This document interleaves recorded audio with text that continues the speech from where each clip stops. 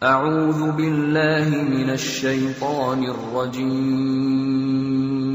Bismillahirrahmanirrahim. Saya kasih satu rahasia ya. Ini diantara kita saja malam ini. Begini, lihat. Kalau Anda sudah tunaikan sholat atau beribadah, ritual apapun itu, jangan langsung selesaikan. Tutup dengan doa. Dengan doa. Itu tuntas seketika. Tuntas seketika. Anda kerjakan ibadah. Setelah selesai ibadah, isi dengan doa. Minta kepada Allah. Orang-orang yang berdoa setelah dia beribadah, apalagi ibadahnya dilakukan di waktu yang tidak setiap orang bisa mengerjakannya. Tahajud, mulai istighfar, menghafal Quran, lalu Anda berdoa kepada Allah, cepat itu dikabulkan. Cepat dikabulkan. Bahkan kadang-kadang ada orang yang belum meminta, Allah sudah berikan itu. Dan nanti kisahnya banyak di Quran, di kajian lain barangkali bisa kita bahas itu. Jadi kalau Anda sudah selesai, termasuk dalam sholat, kan ada itu petunjuk berdoa. Kalau Anda baca sunnahnya kan, ya setelah sholat apa yang dilakukan? Mohon jangan mengarang ya. Mohon jangan mengarang hanya di bahasa Indonesia. Kalau tidak tahu katakan. Setelah sholat apa yang dilakukan? Allahu a'lam. Jadi Anda melakukan apa setelah sholat selama ini? Kenapa kita malam ini? Baik, teman-teman Quran surah keempat ayat 103, posisi paling kanan sebelah atas, sedikit ke tengah.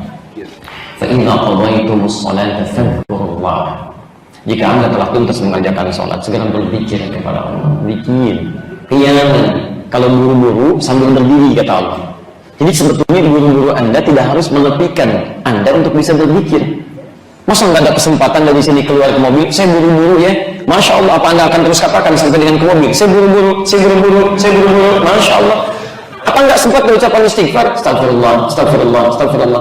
Hadis Muslim, nomor hadis 591. Pasca salat Nabi ucapkan astagfirullah, astagfirullah, astagfirullah. Allahumma antas salam, minkas salam, tabaraka ya dzal jalali wal ikram. Kata Quran, Anda selesai salam, qiyaman sambil berdiri kalau buru-buru silakan, daripada berkata yang tidak bermanfaat. Astagfirullah, astagfirullah, astagfirullah. Keluar masjid ke kiri, apa yang diucapkan? Masa astagfirullah. Allahumma inni as'aluka min fadli. Kan lupa astagfirullah, astagfirullah. Sama itu tuh. Lumayan daripada bicara yang tidak jelas. Lihat kanan kiri yang tidak bermanfaat. Zikir. Waq'udan, kalau waktunya luas sambil duduk. Silakan teruskan. Hadis Muslim, hadis 593. La ilaha illallah lahu la syarika lah. Lahul mulku wa lahul hamdu wa huwa ala kulli syai'in qadir. Hadis Muslim, hadis 597. Teruskan subhanallah, subhanallah, subhanallah, alhamdulillah, alhamdulillah, alhamdulillah. Setelah itu teruskan ke An-Nasai bab keempatnya, teruskan sampai mengucapkan ayat kursi, bacakan ayat kursi. Abu Dawud hadis 1523, bacakan qul huwallahu ahad. Setelah itu qul a'udzu birabbil falaq. Setelah itu qul a'udzu birabbin nas. Setelah itu apa yang dilakukan? Tahu dari mana?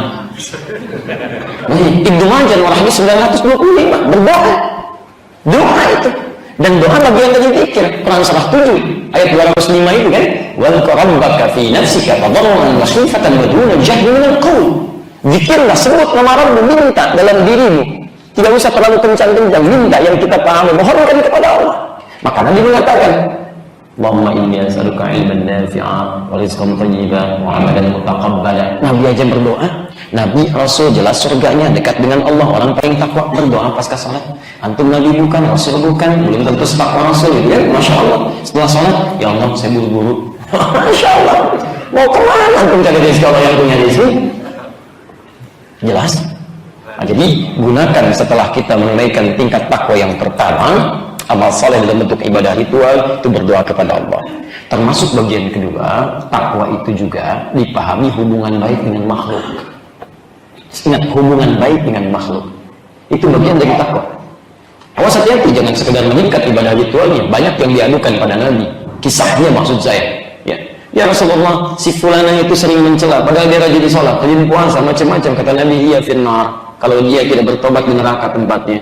Di hadis Muslim, hadis 5611, ada orang sholat, ada orang puasa, ada orang zakat, tapi senang mencela orang lain, senang menuduh orang lain, senang mengambil hak orang lain tanpa dibenarkan, berselisih, ada yang menumpahkan darah. Kata Nabi, tukhadhu hadza min hasanati wa hadza min hasanati. Kalau dia sholat kemudian mencela orang, pahala sholatnya dipindahkan seketika. Antum sholat maghrib nih, keluar ke sini, ya, begitu lihat orang lain jalan pakai peci, nggak sama dengan antum dia salam, lihat tuh, cuma pakai peci doang. Ya maaf, enggak. Masya Allah, itu seketika pindah kepalanya. Terus temannya ikutan lagi. Iya ya, udah seperti kita ya. Masya Allah, 2 orang di sini. Yang ketiga datang, kenapa sih rame-rame? Itu nggak sholat. Nggak nyangka ya. Nyangka tuh dia. Sama aja. Gitu. Jadi pindah semua tuh, seketika tuh. Makanya dibangun takwa dengan hubungan baik dengan manusia. Quran surah ketiga Ali Imran ayat 133 sampai 134.